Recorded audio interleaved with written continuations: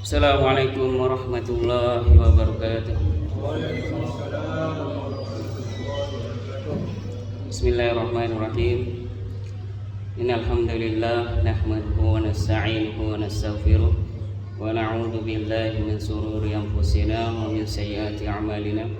May yahdihillahu fala mudilla lahu wa may yudlil fala hadiya lahu. Asyhadu an la ilaha illallah wahdahu la syarika lahu wa asyhadu anna Muhammadan 'abduhu wa rasuluhu la nabiyya ba'dahu. Allahumma shalli ala sayyidina Muhammad wa ala ali sayyidina Muhammad. Wa qala ta'ala fi kitabil karim wa huwa asdaqul qailin. Ya ayyuhalladzina amanu taqullaha haqqa tuqatih wa la tamutunna illa wa antum muslimun. Amma ba'd. Alhamdulillah, jamaah salat maghrib yang insyaallah dimuliakan Allah Subhanahu wa taala. Kita selalu bersyukur, memanjatkan puji kita kepada Allah Subhanahu wa taala dan selalu meningkatkan keimanan dan ketakwaan kita kepada Allah Subhanahu wa taala, yang mana kita masih diberikan nikmat iman dan Islam sehingga kita selalu istiqomah dalam menjalani kehidupan kita di dunia ini yang hanya sementara. Sungguhnya kehidupan kita di dunia ini hanyalah hitungan menit, hitungan jam yang hanya sebentar sekali, ya. Maka dari itu kita harus mengisi waktu kita dengan amal-amal kebaikan, dengan amal-amal soleh, dengan melaksanakan perintah-perintah Allah Subhanahu wa taala, dan termasuk adalah menuntut ilmu atau majelis ilmu seperti ini adalah suatu kewajiban bagi kita. Talabil ilmi fariidatun 'ala kulli muslimin. Menuntut ilmu itu adalah suatu kewajiban bagi setiap orang beriman. Maka dari itu, duduknya kita di majelis ilmu ini, maka insya Allah dosa-dosa kita dari awal kita berada di majelis ilmu ini sampai selesai majelis ilmu maka akan diampuni Allah Subhanahu wa taala. Pada malam hari ini ingin saya membahas tentang masalah puasa hari Arafah terkait dengan waktu atau tempat. Karena kita harus benar-benar memahami bagaimana puasa Arafah itu. Puasa Arafah itu pahalanya sangat besar. Jangan sampai kita melaksanakan puasa Arafah yang mana di hari yang berbeda dari hari Arafah itu sendiri, ya. Jadi kita harus tahu patokan waktu dan tempat Arafah itu di mana, ya. Sehingga kita ketika melaksanakan shaum sunnah Arafah itu tidak salah, ya. Patokan kita adalah Makkah Arafah atau hari Arafah, al-hajju Arafah. Haji itu adalah di Arafah, artinya wukuf. Di mana jamaah haji wukuf, maka disitulah kita melaksanakan shaum sunnah, ya, bagi yang tidak melaksanakan ibadah haji. Nah, permasalahannya adalah terkadang kita di negeri ini, di negara kita ini selalu ada perbedaan dalam masalah hari raya Idul Adha, ya. Kenapa demikian? Ya, saya kurang tahu juga. Yang pastinya patokan kita di dalam Idul Adha atau menentukan hari Arafah itu hanya di Mekah, ya, tempatnya adalah di Mekah, tidak di yang lain. Karena orang wukuf itu ya di Arafah, al-hajju Arafah. Orang yang melaksanakan ibadah haji walaupun dia hanya sesaat wukuf atau lewat sehingga pada hari Arafah, maka hajinya sah, ya. Tapi kalau dia di Mekah tidak pernah datang sekejap pun sesaat pada saat hari Arafah wukuf, maka dia tidak mendapatkan pahala haji. Hajinya tidak sah atau batal. Karena wukuf itu yang wajib ketika fajar matahari terbit sampai waktu asar, ya, itu sudah. Yang penting dia sudah berada di sana sebelum maghrib, nah itu bisa dikatakan wukuf. Jadi patokan kita pada dasarnya adalah ya di Mekah, ya. Kalau kita melihat bagaimana batasan waktu Mekah sama Indonesia, Indonesia sama Mekah itu bedanya cuma 4 jam, ya, ini harus diingat, bedanya hanya 4 jam. Kalau kita sekarang jam 6 misalnya atau jam 7, jadi kurang 4, berarti di sana kisaran jam 3, ya. Nah, ada dua pandangan dalam masalah ini, yaitu dalam masalah puasa hari Arafah. Apakah hari Arafah ini terkait dengan waktu atau tempat? Nah, bagaimana pandangan tersebut? Yang pertama adalah Pandangan ini dianut oleh beberapa ulama seperti Syekh Ibnu Utsaimin rahimahullah yang berpendapat bahwa yang menjadi acuan adalah ruqyatul hilal atau melihat hilal di setiap negeri secara mutlak dan tidak memperhatikan apakah hari itu jamaah haji berwukuf di Arafah. Maka puasa Arafah diisyaratkan pada hari ke-9 Zulhijjah berdasarkan ruqyat hilal di setiap negeri, meskipun tidak sesuai dengan hari ketika jamaah haji sedang wukuf di Arafah ya. Ini ada pendapat yang mengatakan boleh ya, tapi bagaimana nanti pendapatnya kita kaji selanjutnya ya. Karena ketika kita di dalam Islam itu kita harus pahami mana dalil-dalil yang kuat, ada yang lemah, ada yang kuat ya. Kalau kita dalam beragama kita mengikuti yang lemah, maka nanti kita akan mendapatkan pahala yang bisa tidak sampai ya. Maka puasa Arafah diisyaratkan pada hari ke-9 Zulhijjah berdasarkan ruqyat hilal di tiap-tiap negeri, meskipun tidak sesuai dengan hari jamaah haji saat wukuf di Arafah ya. Nah, pandangan yang kedua ini dianut oleh beberapa ulama seperti Al-Lajnah Al-Daimiyah dari Saudi Arabia yang berpendapat bahwa yang menjadi acuan dalam puasa haji Arafah adalah haji ketika jamaah haji berwukuf di padang Arafah ya. Ini sudah menjadi muktabar, pendapat yang muktabar, pendapat yang disepakati mayoritas ulama, yaitu puasa Arafah terkait dengan hari ketika jamaah haji berwukuf di padang Arafah. Maka dari itu barang siapa yang berpuasa pada hari yang dianggap tanggal 9 Zulhijjah tetapi saat itu tidak terjadi wukuf di padang Arafah, maka puasanya tidak sah. Nah, ini yang kita khawatirkan, karena puasa Arafah itu 9 Zulhijjah itu pahalanya besar ya. Jangan sampai kita ketinggalan ya. Kemudian juga jangan sampai kita puasa orang sudah wukuf, sudah lewat atau waktunya Idul Adha. Karena puasa pada hari raya Idul Adha atau hari raya Idul Fitri ataupun Idul Adha itu haram hukumnya. Makanya kita dalam masalah hukum itu memang kadang harus hati-hati ya. Seperti yang kita bahas sebelumnya ya, tentang masalah berucap. Kan lalu kita bahas tentang bagaimana mengucapkan ya atau berdoa kepada orang kafir yang meninggal. Nah, ini kan ucapan saja. Ya, jadi harus hati-hati kita dalam bersikap. Singkatnya, puasa hari Arafah terkait dengan tempat bukan waktu ya. Jadi puasa Arafah ini berbeda dengan puasa Ramadan. Kalau puasa Ramadan itu berdasarkan ru'yatul hilal, nampak tidaknya hilal. Tapi kalau puasa 9 Zulhijjah itu patokannya adalah wukuf di Arafah ya. Wukuf di Arafah itu cuma hanya satu ya, di Mekkah sana. Adapun pendapat dalam masalah ini bahwa puasa Arafah tidak hanya terkait dengan waktu saja dan tidak hanya terkait dengan tempat saja, tetapi puasa hari Arafah terkait dengan ketiga hal berikut ini ya, yang harus secara bersamaan ya. Jadi memang harus secara bersamaan ketika puasa Arafah itu sendiri terjadi ya, waktu, tempat dan aktivitas ya. Yang dimaksud dengan waktu adalah tanggal 9 Zulhijjah, yang dimaksud tempat adalah padang Arafah, dan yang dimaksud aktivitas adalah wukufnya para jamaah haji di padang Arafah ya. Jadi ketiga hal ini harus terpenuhi, maka dikatakan disitulah wukuf Arafah ya. Waktunya ya 9 jamaah haji ya, 9 Zulhijjah itu. Kemudian tempatnya di padang Arafah, wukuf, jamaah wukuf di padang Arafah. Kemudian aktivitas jamaah haji itu ya wukuf di situ, berdiam diri. Wukuf artinya berdiam, tawakuf ya, arti tawakuf itu kan berhenti atau berdiam.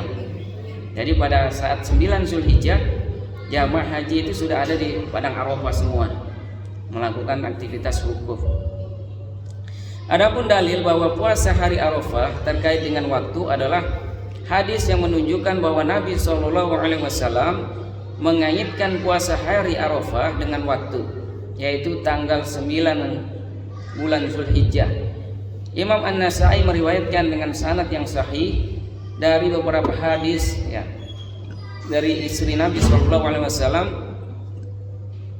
anna Rasulullah sallallahu alaihi wasallam kana yasumu tis'an min Dzulhijjah wa yaum Asyura wa thalathat ayyamin min kulli syahr awwalu itsnaini min asy-syahri wa khamisaini, bahwa Rasulullah sallallahu alaihi wasallam berpuasa 9 hari dari bulan Dzulhijjah, hari Asyura, dan 3 hari setiap bulan, hari Senin pertama dan dari setiap bulan, dan 2 hari Kamis ya. Al-Haysyari berkata dalam syarahnya atas Mukhtasar Khalil ketika terdapat kata Arafah dan kata Asyura ya. Yang dimaksud dengan Arafah bukan tempat wukufnya, tetapi yang dimaksud adalah waktunya, yaitu hari ke-9 dari bulan Dzulhijjah, dan yang dimaksud dengan Asyura adalah hari ke-10 dari bulan Muharram ya. Jadi pada wukuf di Arafah itu tanggal 9 Dzulhijjah ya. Adapun dalil yang menunjukkan keterkaitan puasa hari Arafah dengan tempat, yaitu di padang Arafah, adalah hadis yang dijelaskan dalam sabda Nabi SAW, puasa Arafah, aku berharap kepada Allah akan menghapus dosa setahun yang lalu dan setahun yang akan datang. Dan puasa ini Asyura, hari Asyura, aku berharap kepada Allah akan menghapus dosa setahun yang lalu ya. Jadi ini diantaranya fadilah keutamaan puasa Arafah. Makanya tadi saya katakan jangan sampai kita puasa bukan pada waktunya ya. Dan kita harus mengikuti bagaimana sumber wukuf itu sendiri, tempat orang melakukan wukuf Arafah ya, yaitu di Mekah Al-Mukarramah. Sekarang informasi di internet, di TV itu sangat mudah kita dapatkan ya. Tinggal kita ketahui sekarang Kerajaan Saudi telah menetapkan tanggal 6 Juni itu wukuf di Arafah, bertepatan pada hari Jumat, atau dikatakan itu yang namanya adalah Haji Akbar ya. Jadi kalau Haji Akbar itu banyak sekali jamaah nanti membludak ya. Biasanya orang-orang sekitar Mekah itu banyak yang haji ya. Jadi sekarang pun sudah kita ketahui bagaimana diinformasikan oleh Kerajaan Saudi, Mufti Saudi, bahwa wukuf di Arafah nanti tanggal 6 Juni. Nah, jadi harus siap-siap, berarti kita saumnya itu adalah ya, tanggal 6 ya. Mereka wukuf ya, kita saum sunnah ya. Karena mereka kan tidak saum di sana kan, mereka lagi mengadakan wukuf itu berdiam diri di padang Arafah. Al-Lajnah Al-Daimah dari Arab Saudi mengatakan bahwa Nabi SAW berkata, puasa hari Arafah ini adalah teks mengenai adanya idhofah, penyandaran kata saum puasa pada kata yaum atau hari. Nabi SAW tidak pernah berkata puasa hari ke-9, yang menunjukkan bahwa yang menjadi acuan dalam puasa hari Arafah adalah hari ketika orang berwukuf di padang Arafah, bukan hari ke-9 dari Dzulhijjah. Oleh karena itu, barang siapa yang berpuasa pada hari ke-9 Dzulhijjah tetapi tidak bertepatan dengan hari ketika wukuf di Arafah, maka dia tidak dianggap berpuasa pada hari Arafah yang dianjurkan dari hadis sallallahu alaihi wasallam di atas ya. Jadi patokannya 9 Dzulhijjah tadi ya. Jadi keutamaan puasa hari Arafah ini saya baca lagi ya. Puasa hari Arafah, aku berharap kepada Allah akan menghapus dosa setahun yang lalu dan setahun yang akan datang. Dan puasa hari Asyura, aku berharap kepada Allah akan menghapus dosa setahun yang lalu. Hadis riwayat Muslim ya, sahih ya. Jadi keutamanya itu dosa-dosa kita diampuni Allah setahun yang lalu, dan dosa-dosa kita diampuni oleh Allah Subhanahu wa taala setahun yang akan datang. Ini keutamaannya ya. Hadis riwayat Muslim. Adapun dalil yang menunjukkan keterkaitan puasa hari Arafah dengan aktivitas, yaitu aktivitas berwukufnya para jamaah haji di padang Arafah. Hadis-hadisnya adalah yang pertama, Rasulullah SAW bersabda, hari Arafah adalah hari ketika orang-orang berarafah atau berwukuf di Arafah. Di dalamnya Imam Al-Baihaqi berkata, ini adalah hadis mursal yang baik, jayyid, yang diriwayatkan oleh Abu Dawud dalam Al-Marasi ya. Jadi hari Arafah adalah hari yang orang-orang berwukuf di Arafah ya. Yang kedua, Imam Al-Baihaqi juga meriwayatkan dengan sanadnya dari Ibnu Juraih. Dia berkata, aku berkata kepada Atha, seorang lelaki berhaji untuk pertama kalinya, tetapi orang-orang keliru sehari dalam hari Nahar, Idul Adha. Apakah sah hajinya? Dia berkata, ya demi Allah, hajinya sah. Dia berkata, aku kira ia berkata, Rasulullah SAW berkata, hari berbuka kalian adalah hari kalian berbuka, hari kurban kalian adalah hari kalian berkurban. Dan aku kira dia berkata, dan Arafah adalah hari kalian berarafah.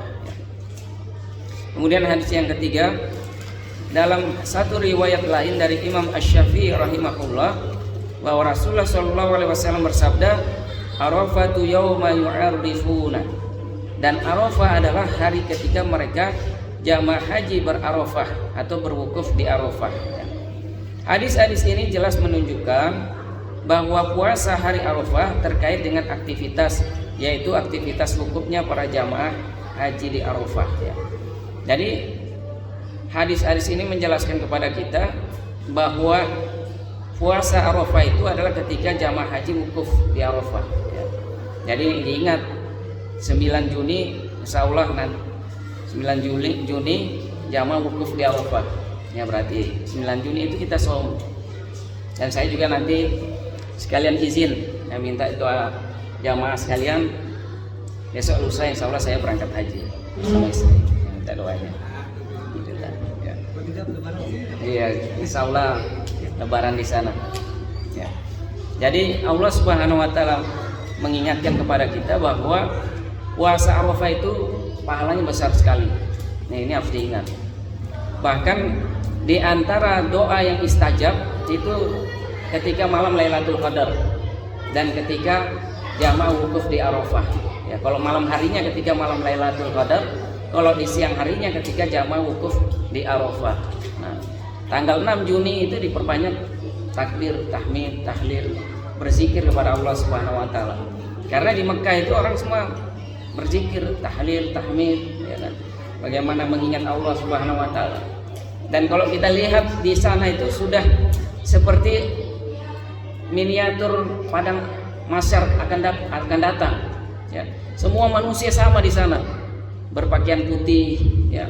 Tidak ada lagi yang namanya presiden, kepala RT misalnya atau kepala negara, semuanya sama semua.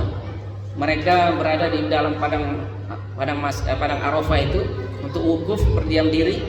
Semua pakai kain ihram, mau laki-laki mau perempuan, dan mereka semua taat aturan.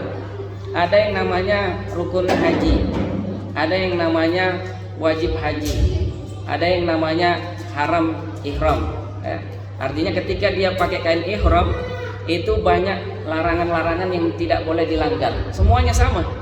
Apakah dia presiden, apakah dia gubernur, ketika dia wukuf dia juga sama. Dia tidak boleh pakai tutup kepala misalnya ya. Tidak boleh membunuh binatang. Kalau nyamuk saja misalnya dia bunuh, misalnya ada nyamuk gatal di tangan kita tek, itu gantinya unta, domba, kambing, ya kena dam. Ya.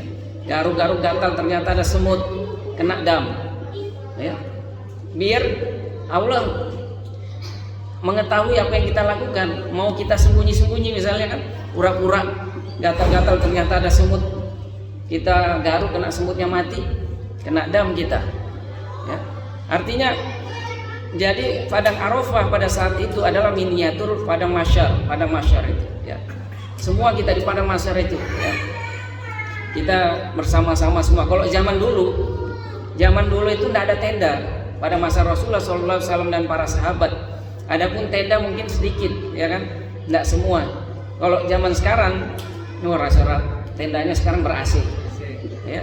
Jamaah haji itu semuanya AC semua, ada AC-nya. Padahal kalau dipikirkan itu jauh dari kehidupan di tempat padang Arafah itu. Sekarang di sana ada listrik, toiletnya bagus, ya, tempat tinggalnya, tempat wukufnya bagus, ya. Ya, jadi pada saat tadi wukuf itu mengingatkan kepada kita bahwa begitulah nanti kondisi kita ketika dibangkitkan oleh Allah Subhanahu wa taala. Para laki-lakinya itu tidak ada yang pakai celana dalam, itu semuanya ya kain ihram saja ya. Kain ihramnya pun tidak boleh berjahit ya. Dua kain ihram itu tidak berjahit ya.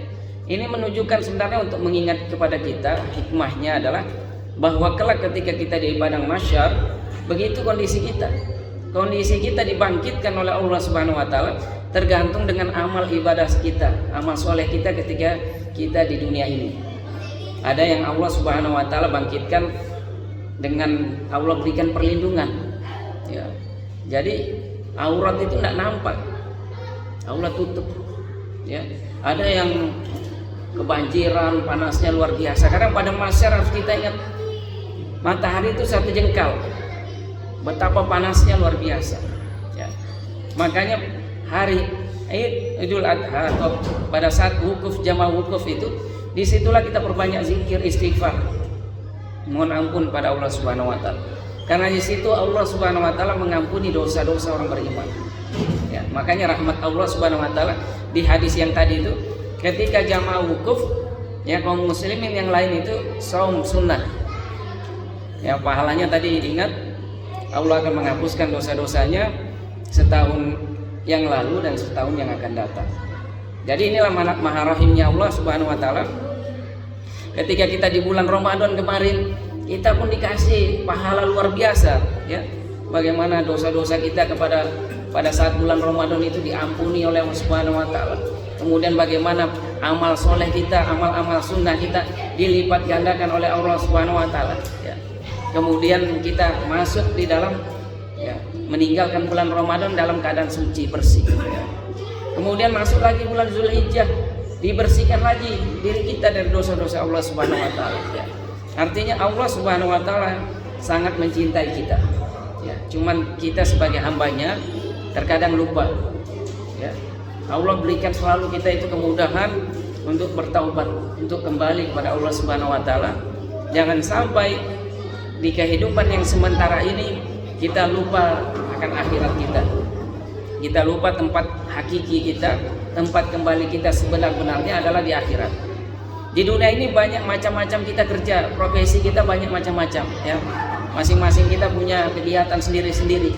Tetapi jangan pernah lupa akhirat kita lah benar hidup. Sebenar-benarnya tujuan kita ya.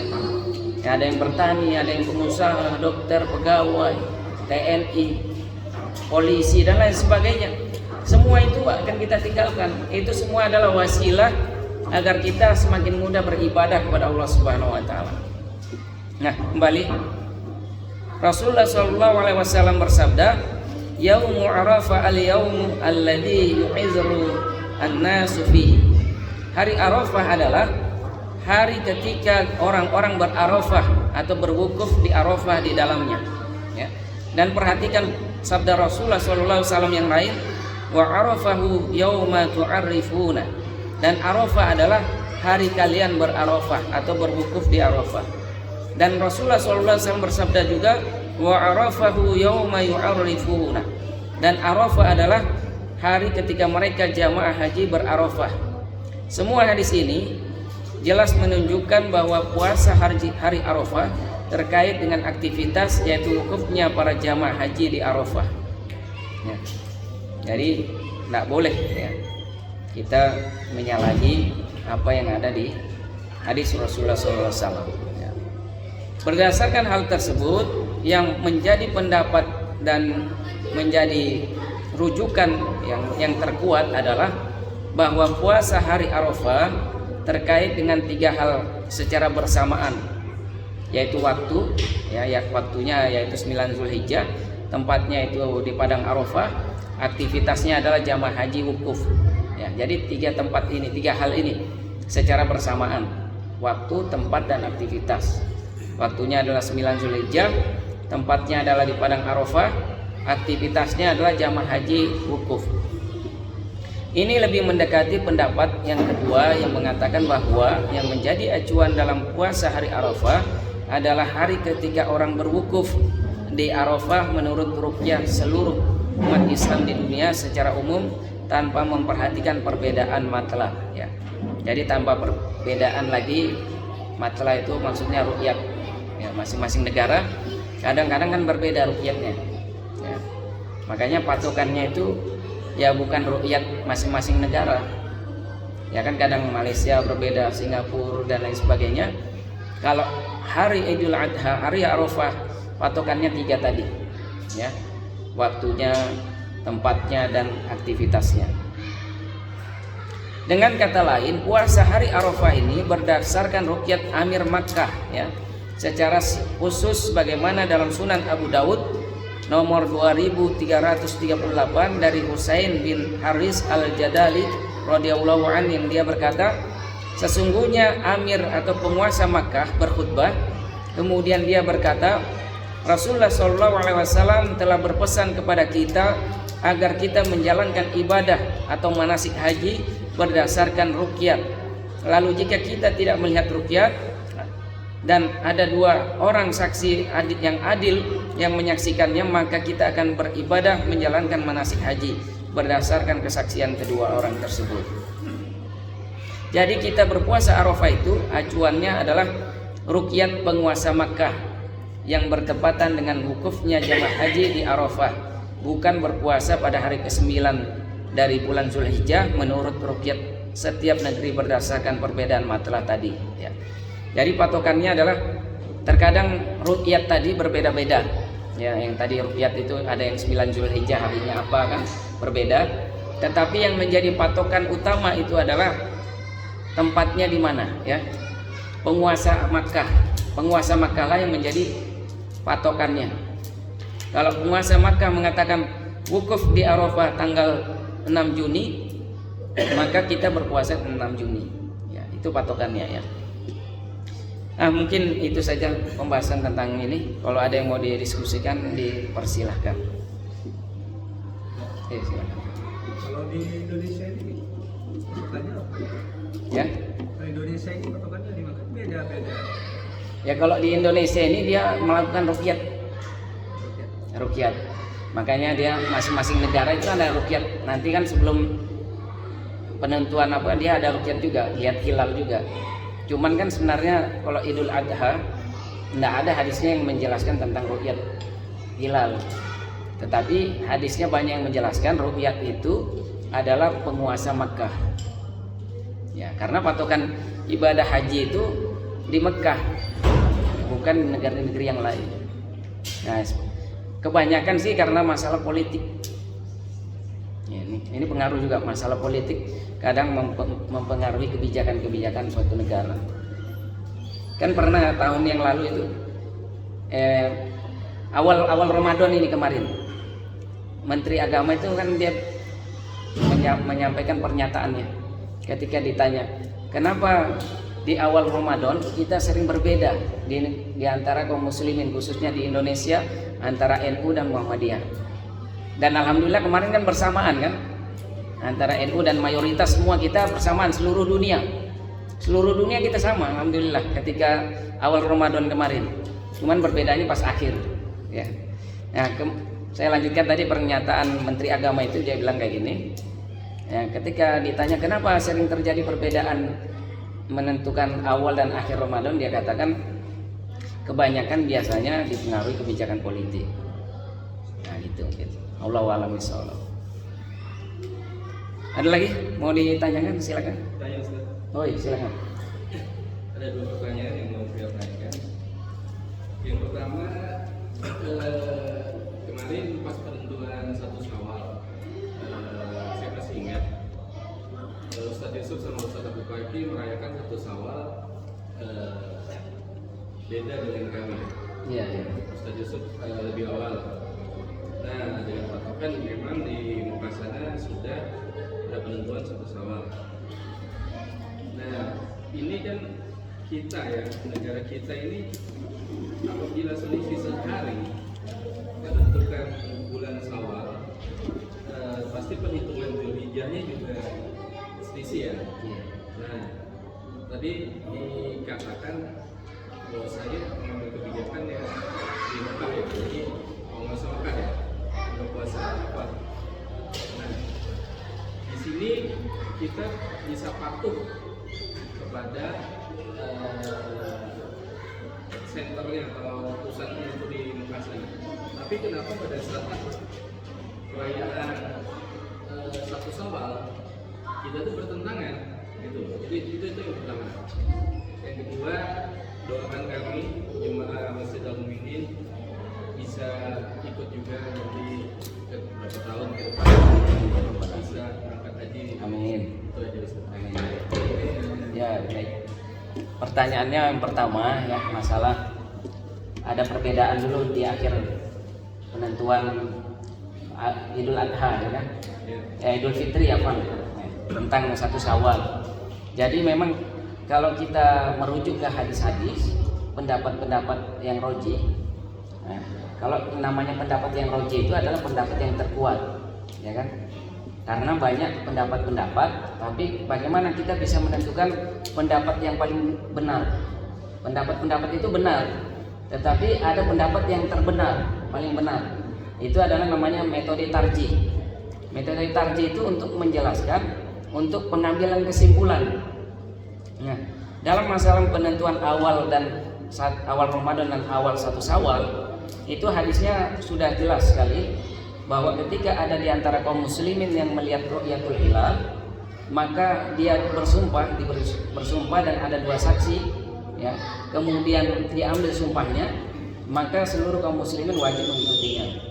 Karena ada hadisnya, pernah pada masa Rasulullah SAW ketika Rasulullah SAW masih sedang berpuasa, padahal kala itu adalah satu Ramadan, ada rombongan kabilah datang dari luar Madinah menuju ke Madinah. Kemudian dia sampaikan kepada Rasulullah SAW bahwa sesungguhnya kami malam dalam perjalanan itu melihat hilal. Maka Rasulullah menyampaikan kaum muslimin ada di situ untuk langsung berpuasa. Dan kemudian ada juga hadis yang menjelaskan ketika itu Rasulullah sedang berpuasa, kemudian ada jamaah rombongan dari luar Madinah yang menyampaikan bahwa sesungguhnya dia di dalam perjalanan tadi melihat hilal. Ya, padahal Rasulullah kala itu lagi puasa, saum Ramadan, antara menggenapkan Ramadan atau menunggu waktu satu Syawal. Kemudian sahabat tadi yang datang rombongan tadi menyampaikan berita itu dan dia bersumpah. Nah, saya bersumpah dengan nama Allah bahwa saya melihat hilal itu dan ada dua saksinya yang melihat. Kemudian Rasulullah SAW mengiyakan. Nah, kemudian Rasulullah SAW pada saat itu dengan kabar berita tadi. Nah, begitupun juga kita mestinya umat Islam ketika misalnya ada di antara kaum muslimin yang melihat hilal, ya kita harus berbuka. Ya, ketika itu. Nah, kenapa saya berbuka kemarin itu satu Syawalnya lebih duluan? Karena beberapa negara di Timur Tengah dan Saudi Arabia khususnya dia melakukan ru'yat dan melihat hilal dengan jelas. Ya. Dan langsung pada selesai sholat tarawih, ya, Syekh Sudais itu mengumumkan bahwa besok adalah satu Syawal. Ya, setelah dia pas malam Id itu kan, ya, dia kabarkan itu bahwa hilal itu akan kelihatan, dia sampaikan. Nah, beberapa negara juga melihat. Sebenarnya ketika sudah satu negara yang melihat dan sudah disumpah, ya kan, sudah melakukan prosedur dengan teknologi yang canggih kan, alat-alat yang canggih, maka umat Islam yang lain juga harusnya ikut.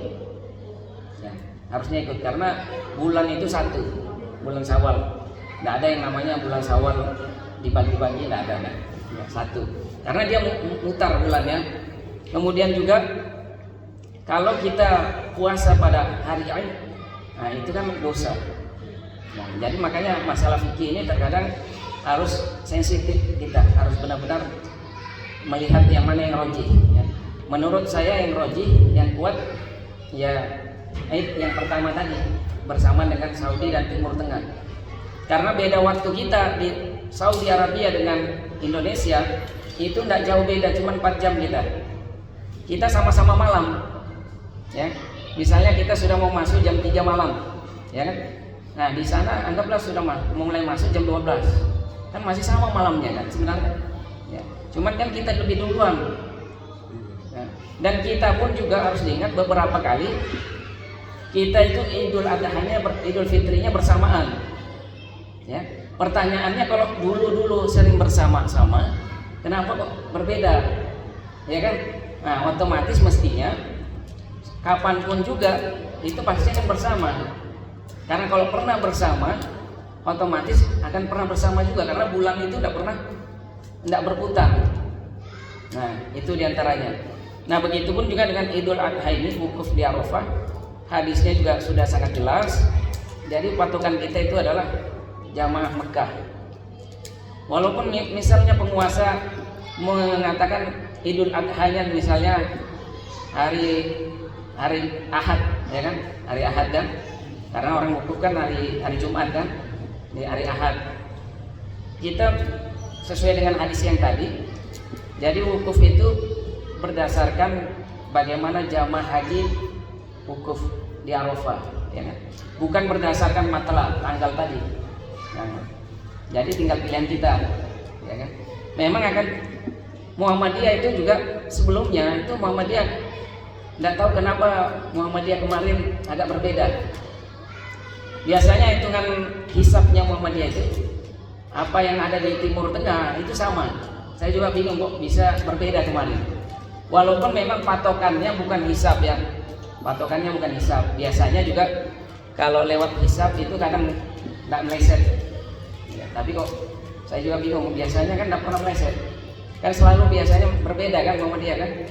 Nah, karena hitungan hilalnya memang kalau kita ini Indonesia kan hanya berdasarkan ruqyat lokal. Ruqyat lokal itu ya berdasar wilayah Indonesia saja. Sementara kalau kita Islam itu tidak dibatasi Indonesia. Ya. Malaysia itu juga Islam. Bulan ini tidak ada bulan milik Indonesia, tidak ada, ya kan? Bulan milik Malaysia tidak ada. Islam itu universal, semuanya umat Islam itu satu kesatuan, tidak ada perbedaan. Makanya ketika ru'yat patokannya, negara itu tidak bisa mengklaim. Ya. Misalnya dia tidak melihat, ya kan? Karena cakupan wilayahnya segitu kan? Karena mungkin hujan, mendung, dia tidak melihat. Kita nunggu lagi di wilayah lain, misalnya Malaysia. Di Malaysia nampak nggak hilal? Kalau masih belum nampak misalnya di Thailand, di Filipina, di Thailand, di Vietnam, kan mutar ya. Karena jarak waktu kita juga tidak lama, bedanya cuma 2-3 jam, 2-3 jam aja kita sekitar Asia ini, Asia. Ya. Kalau Timur Tengah itu rata-rata kita bedanya 4 jam, 4-5 jam. Kalau dengan Mesir kita bedanya kurang lebih 5 jam. Kalau dengan Mesir, Eropa lebih jauh lagi kita. Tapi pada dasarnya seluruh dunia ini tidak ada yang sampai perbedaan 24 jam. Ya. Jadi misalnya ada suatu negara, misalnya di Eropa atau di kutub sana kan, dia tidak ada pernah lihat matahari, tidak pernah melihat bulan, ya kan? Dia harus merujuk ke wilayah terdekatnya. Wilayah terdekatnya daerah itu apa? Kapan puasanya, kapan Idul Fitrinya, dia tidak melakukan ruqyat karena memang tidak ada bulan di situ, tidak ada nampak. Ya. Mungkin itu ya. Ada lagi kah? Oh iya. Terima kasih, ini kajian yang sering dibahas. Saya pernah melihat langsung ini metode perhitungan masalah Idul Fitri itu kalau dari versi NU itu menggunakan langsung melihat ruqyat. Ya ruqyat. Ya. Karena zaman Rasulullah pun menggunakan seperti itu. Ya. Dan kalau Muhammadiyah itu menggunakan sistem ilmu falak, hisab. dengan ya hisab. Saya pernah datang ke namanya Badan Peneropong Perbintangan milik Muhammadiyah yang ada di Bandung. Itu dia bisa mendeteksi tahun sekian, bahkan 10 tahun yang akan datang itu lebaran di bulan Idul Fitri jatuh di hari ini, itu ada. Itu loh Pak. Terus ada juga yang mengatakan bahwa Rasulullah zaman dulu tidak ada metode perhitungan secara otomatis, itu loh. Terus itu seperti itu. Terus yang jadi pertanyaan saya, jikalau Idul Fitri itu kok berbeda, umpamanya Muhammadiyah tanggal 1, NU tanggal 2, berarti nanti di kemudian hari tanggal 1 Muharram itu bisa berbeda lagi. Iya, nggak Itu ketemu. kenapa itu? Iya, nggak ketemu. Terus yang kedua memang tadi yang dikatakan oleh Ustaz betul. Sekarang Islam sangat memprihatinkan karena Idul Fitri pun dipolitisasi. Itu karena yang dulu info dalam tadi disebutkan sekian derajat sudah memasuki awal Ramadan. Begitu menaknya Gus Yakut bilang, oh jangan 1 derajat, harus 3 derajat. Wah, digeser lagi jadi seakan-akan rancu. Itu gimana itu? Kalau perbedaannya bisa salah, nanti ketemunya Muharram kah, Rajab kah, kan bisa berbeda. Itu gimana? Jadi kalau kita kembali ke rujuk ke Al-Quran, hadis Rasulullah SAW khususnya kan, karena yang menjelaskan secara detail itu kan hadis masalah penentuan awal Ramadan sama akhir Ramadan. Jadi kan ru'yat yang dimaksud oleh hadis yang secara muktabar, memang ada pendapat ulama yang ada yang matlah lokal, ru'yat lokal yang dilakukan oleh NU khususnya kan, itu ru'yat lokal. Cuman masalahnya kalau mengikuti ru'yat lokal, ini masing-masing daerah nanti beda-beda semua.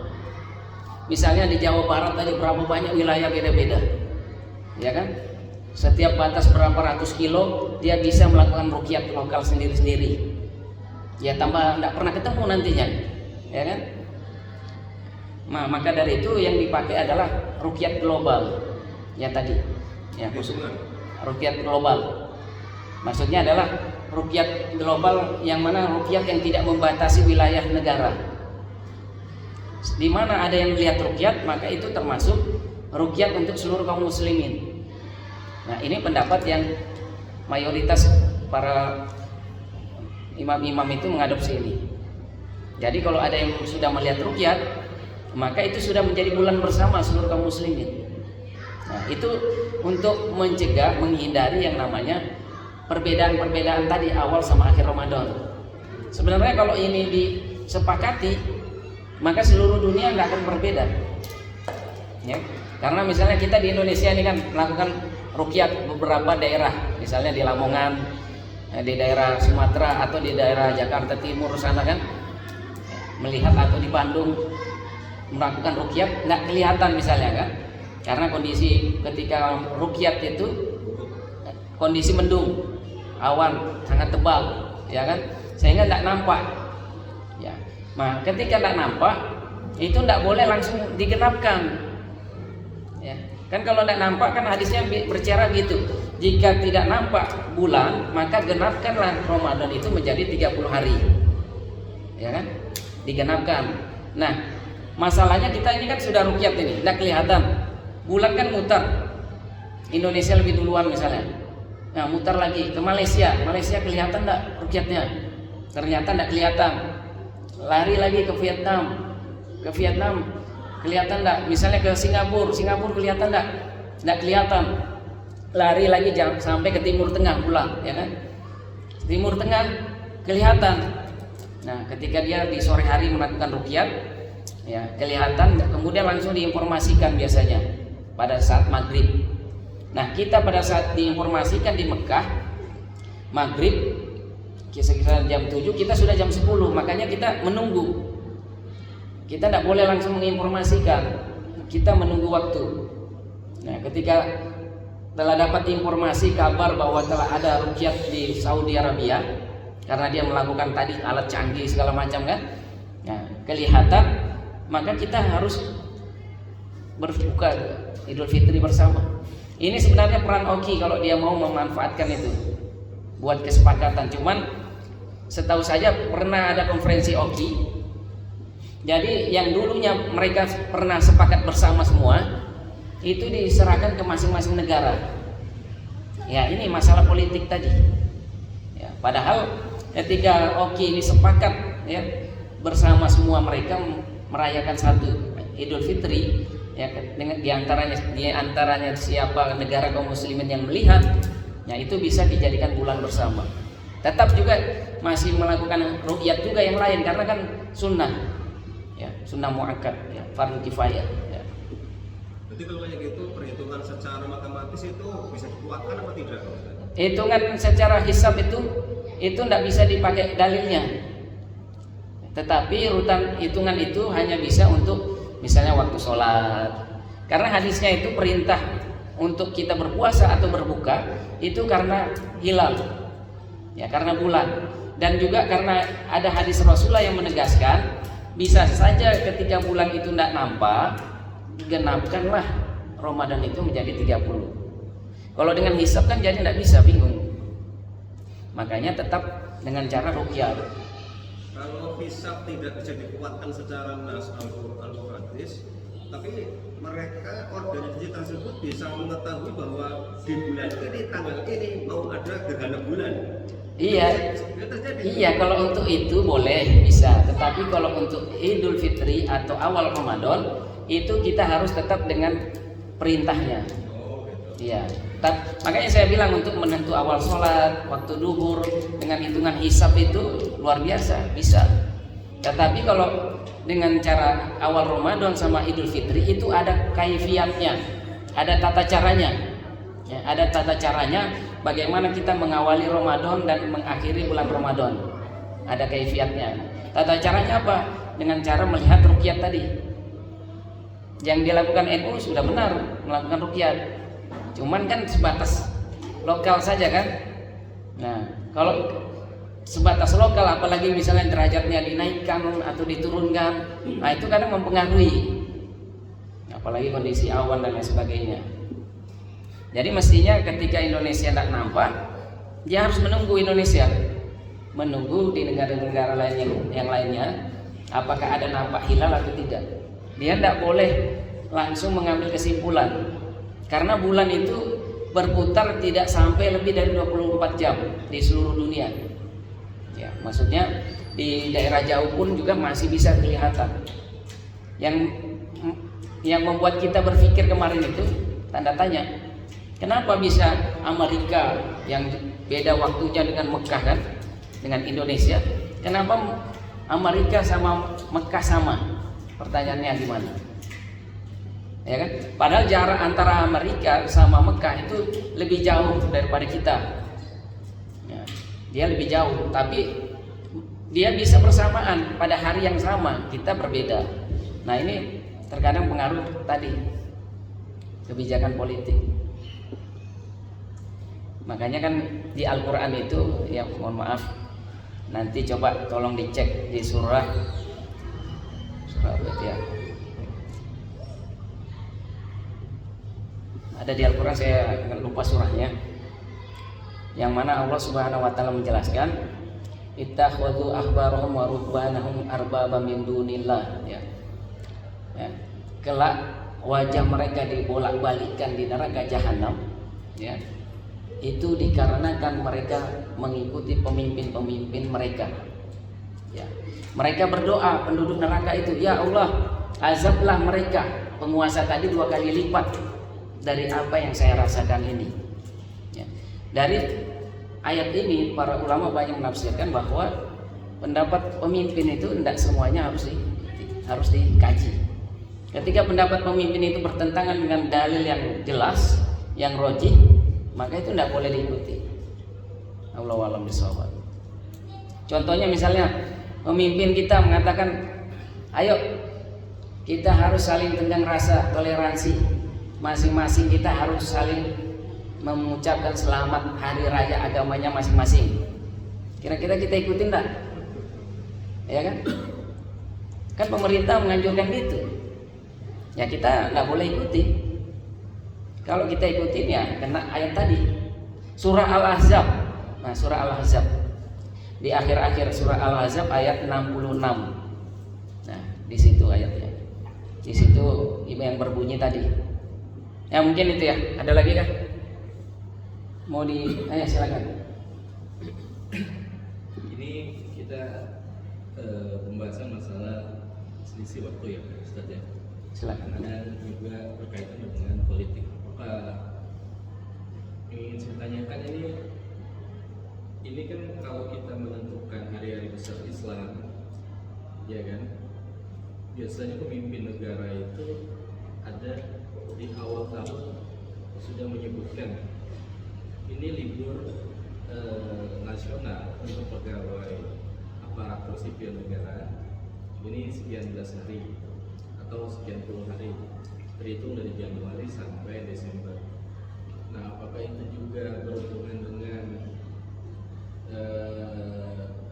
negara ini kadang selisih menentukan satu Syawal sama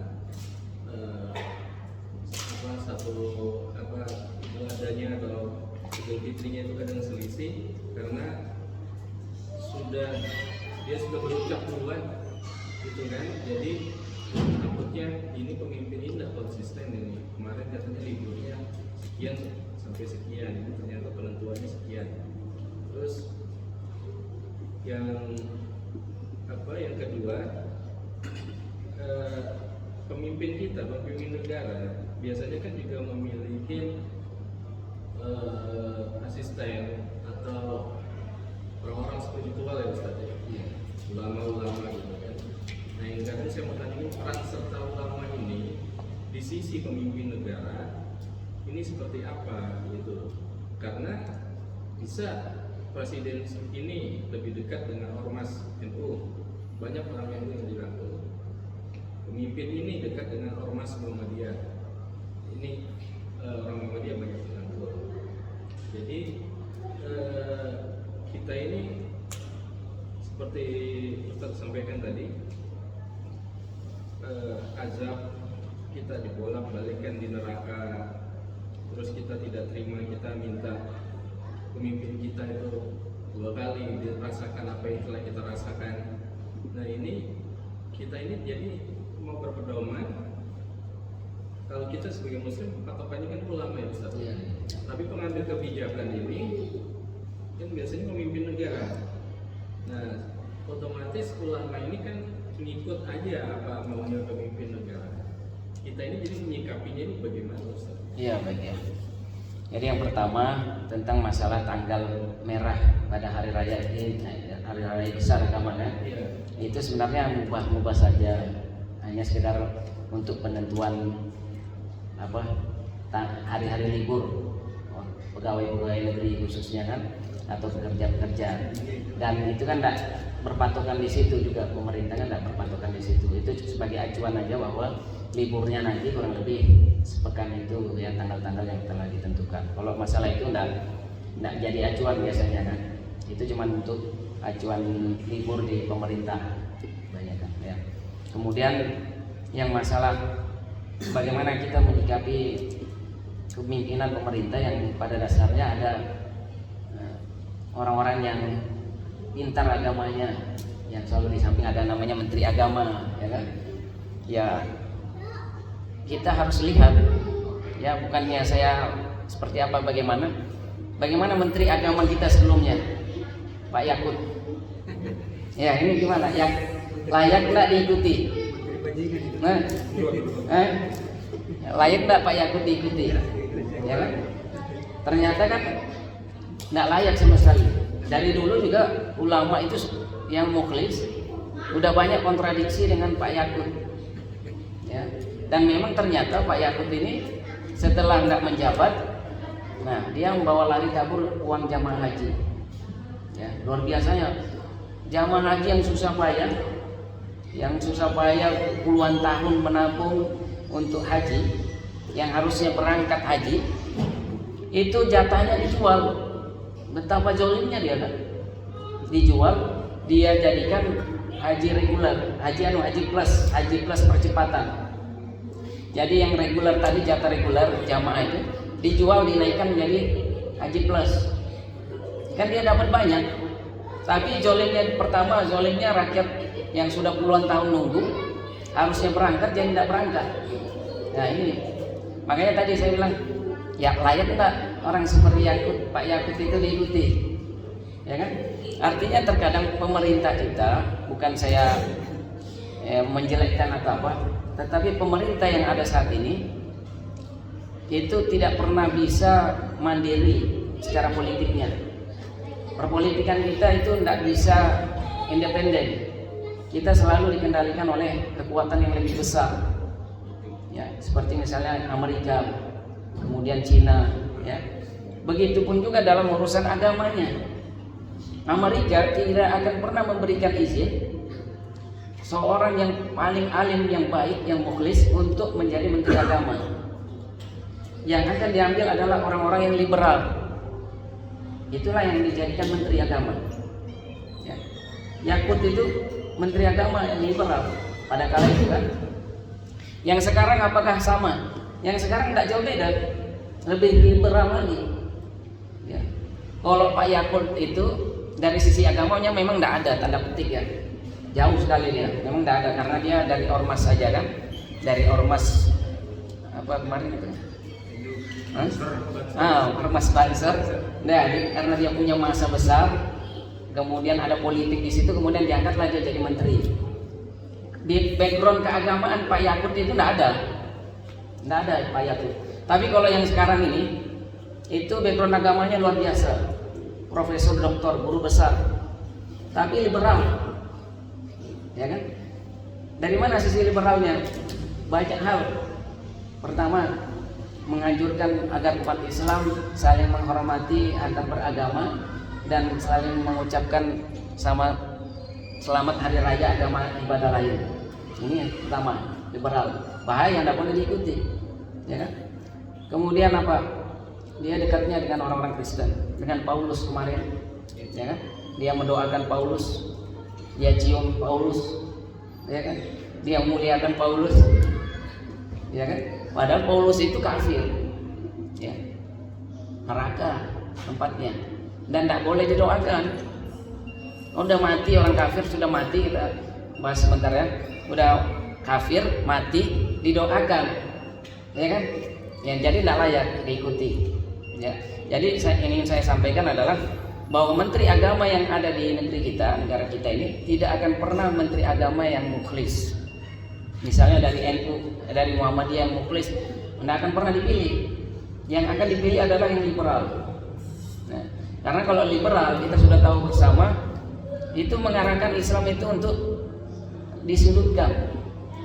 Jadi akidah kita bisa rusak semua, bahaya. Nah, jadi bagaimana kita ya tadi dengan ikut pengajian ini kita bisa membedakan mana pemimpin tadi yang benar-benar mengajak kebenaran ataukah mengajak ke selainnya.